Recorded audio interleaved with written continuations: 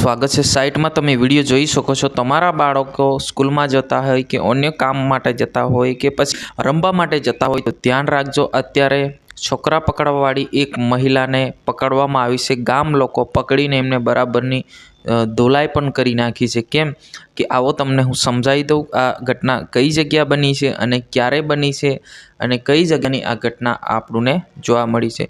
મિત્રો, આ ઘટના જે છે એ ખેડા જિલ્લાના કપડવંજ તાલુકામાં બની હોવાના સમાચાર જે રીતના વિડીયોના માધ્યમથી લખવામાં આવ્યું છે।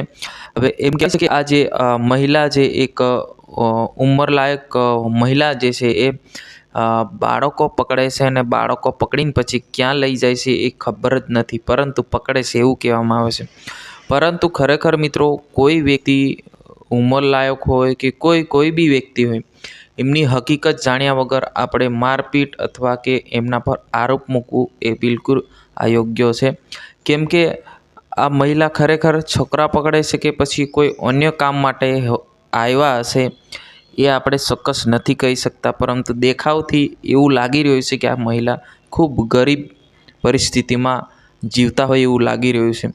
તમને સ્ક્રીન પર દેખાતું હશે, પરંતુ ગામ લોકોનું એવું કહેવું છે કે આ મહિલા જે છે એ છોકરા પકડે છે। છોકરા પકડવાવાળી આ મહિલા જે છે એ આ ગામની અંદર આવી ગઈ ત્યારે આ મહિલાને બરાબર ઢોકી નાખી, બરાબરની પીટાઈ પણ કરી નાખી।